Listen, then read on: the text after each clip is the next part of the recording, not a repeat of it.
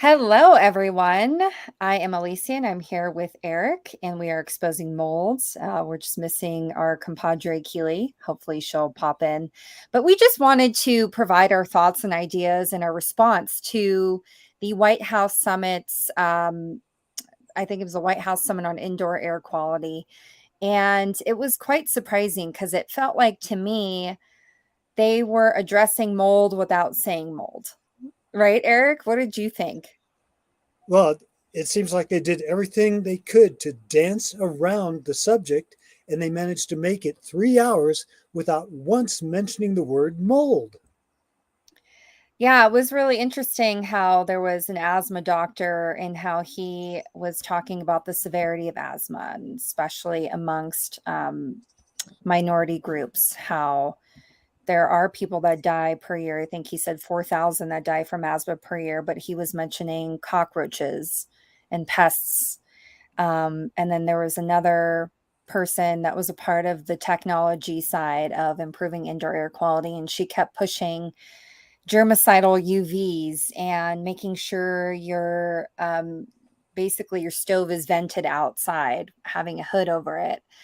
So it was just really kind of weird. And I was hoping that we would have the opportunity to ask questions to these panelists. And I think the only thing that was mentioned remotely close to mold was that gentleman who discussed the sick building syndrome, the issue that happened with the EPA headquarters that you had sent over that article about, Eric. Well, they didn't they were going out of their way to stay away from speaking the word. But that whole thing was just a bunch of fluff. I mean, didn't talk about carpet chemicals, radon, nothing of any substance in terms of indoor air quality, just about the need for ventilation. And that one of the major things about important factors in controlling sick building syndrome is carbon dioxide, carrying around a carbon dioxide meter and making sure that your windows have bars so that children don't fall out. I mean, what does that have to do with sick people and sick buildings? Yeah, I feel like they did a good job at addressing the issue of indoor air quality, right? They said this affects everyone, this affects the flow of our economy. It causes homelessness.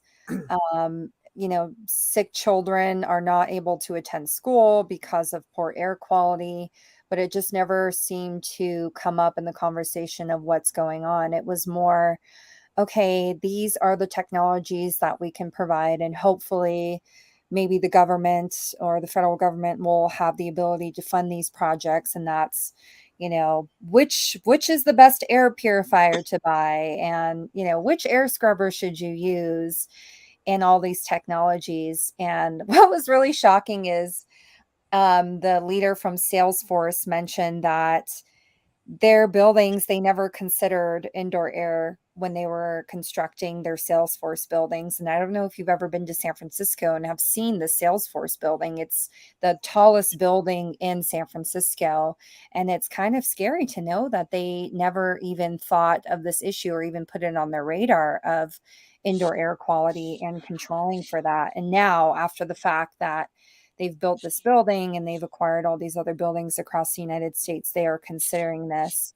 And so it's just this whole White House summit thing was just really an interesting situation. And as I mentioned before, I had signed up as Exposing Mold as an organization that wants to be a part of this conversation, and they just denied my registration. And I had to basically use my husband's name to be able to register and attend this event, which honestly just seemed really uneventful to me.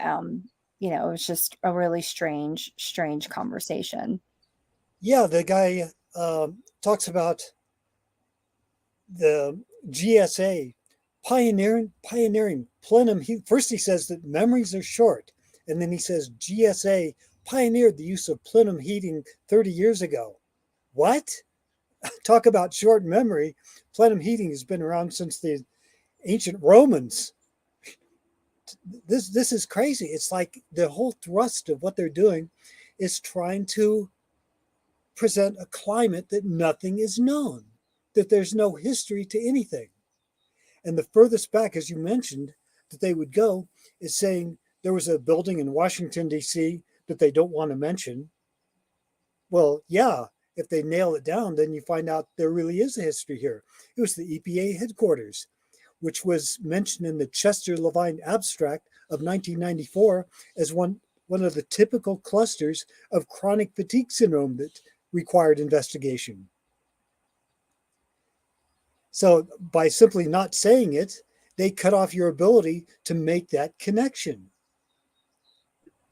Yeah, I just posted that in the comments section for people who are interested in looking at that. It's basically you kind of have to be like this keen investigator to really understand like their manipulation tactics and kind of what this illusion that the federal government tries to put on that we're actually addressing this issue. We know it's a problem, but we're not going to call out what the issue is per se. We're going to attribute it to all these random things.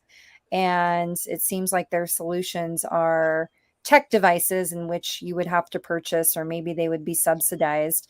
And we all know that an air purifier and an air scrubber, and what did the guy say? How to solve your indoor air quality issues with ceiling fans? Oh, yeah.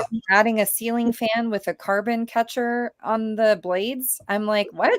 Like, this is, we all know, this is not an adequate way of remediating a home or even improving the quality of a home is through these minor things. And so, what's a scary situation is that Eric and I had gone out for pizza the other night with my husband, and it was so much fun.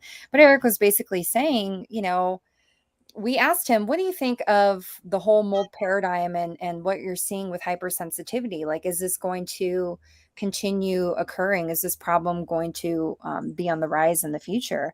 And unfortunately, we both agreed and said, yes. I mean, this definitely is going to be an issue. And these minor things that we're going to throw out the issue, such as air purifiers and all that, is just isn't going to solve the damage that's going to occur.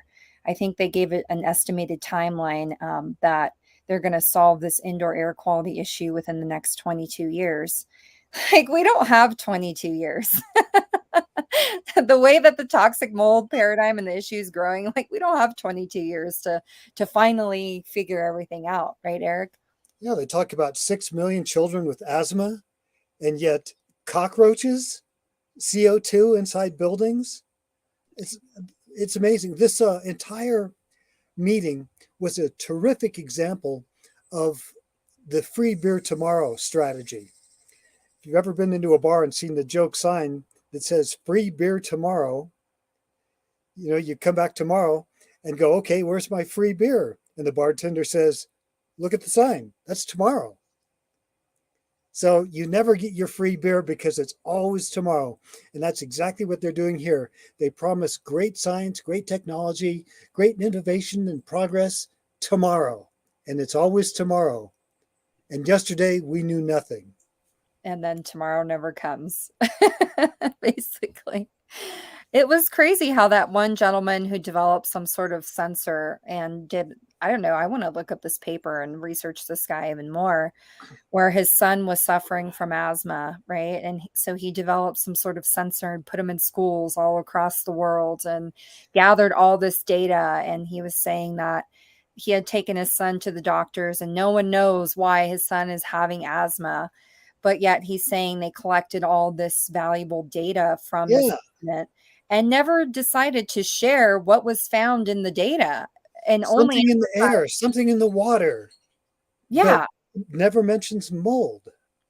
Yeah. So it was just really weird. It's like, what were the data findings? What did you find as the main culprits that were causing your son to have these asthma triggers that are causing all these other children to have these asthma triggers? Don't you want to report that information so that maybe we can hone in on one thing and this guy, figure he's something a out? Silicon Valley startup.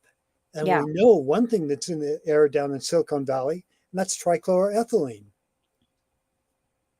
Yeah, well, maybe he found that and maybe he doesn't want to say anything because there's too many big players in the game that want to keep that under wraps. What do you think? What a useless bunch of fluff all that was. They got through this whole meeting and said nothing.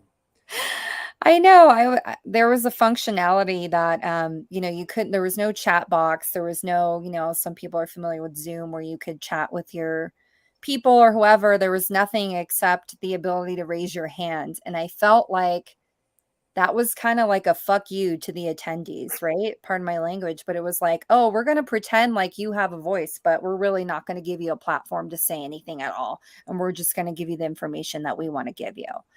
And so I Yeah, had they're my hand running down the home stretch. We've got 10 minutes to kill here. Can we take any questions? Hell no. yeah. It was only questions and comments from the panel, and it just kept going back to germicidal UVs and carbon catching fans and all this stuff, which is just really cosmetic solutions. I mean, you're not getting to the root cause of what can be happening here. And So germicidal UV might be okay for killing mold, but it does nothing to address the toxic airborne fragments from mold.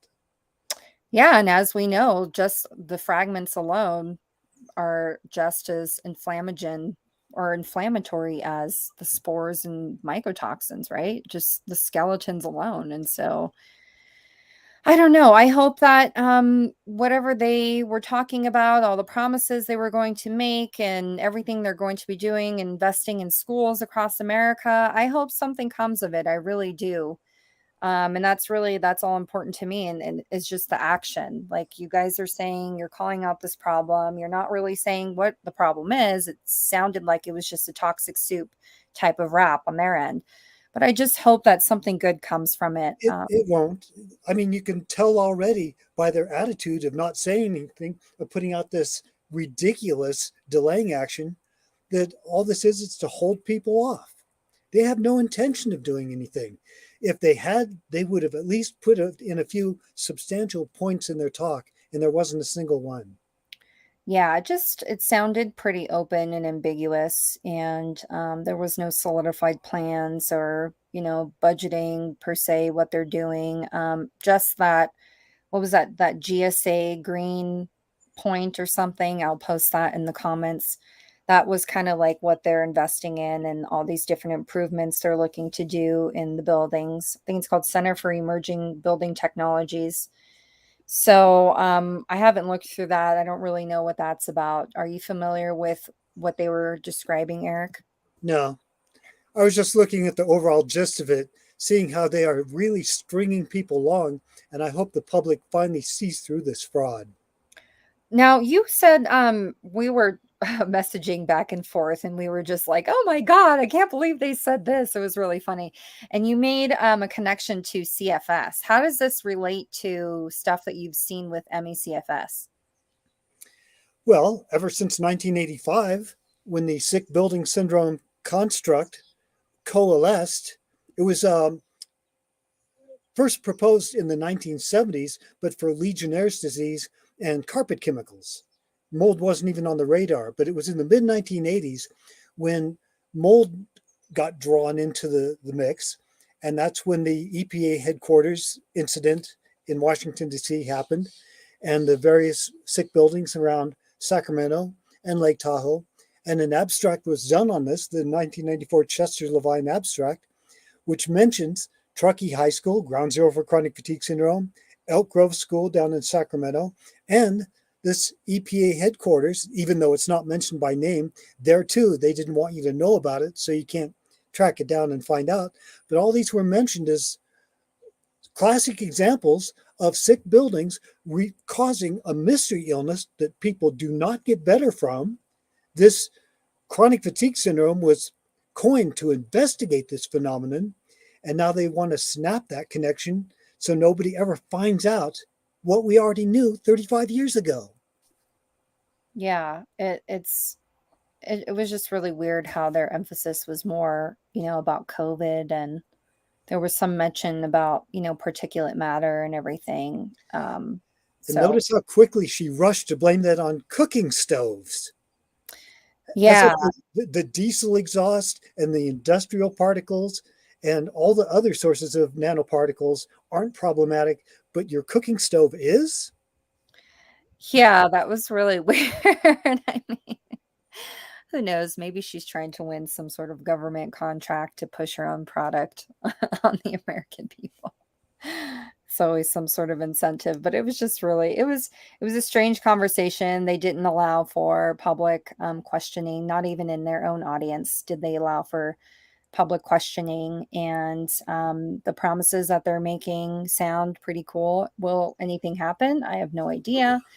But we'll see. We'll see what they're going to do. We'll be on their ass like white on rice about it, making sure that they're, if they're not doing anything about it, we sure as hell will be there trying to raise questions and also raise hell about this issue as much as we can, as much as they allow us to anyhow, right? Publicly. We always seem to be censored in some fashion, but we're trying, you guys. Do you have any last words, Eric? No, I think that'll about do it. All right, guys, please forgive me for my bad mouth today. I'm just pretty irked, and I just wish that they would give more clout to the mold issue, and it would at least call it out, aside from just mentioning the sick building issue, which was interesting that they even mentioned. So I'm glad that just came up. But anyways, we'll see you guys tomorrow. Eric and I will be talking about the November factor, why you feel worse when when the weather changes outside. There's a lot of talk in the experienced mold avoider groups about mystery toxin and hell toxin. And we would just love to provide some insight on that and also shed some light on Eric's theory, which is the effect, and see what you guys think about that. All right. We'll see you later. Bye.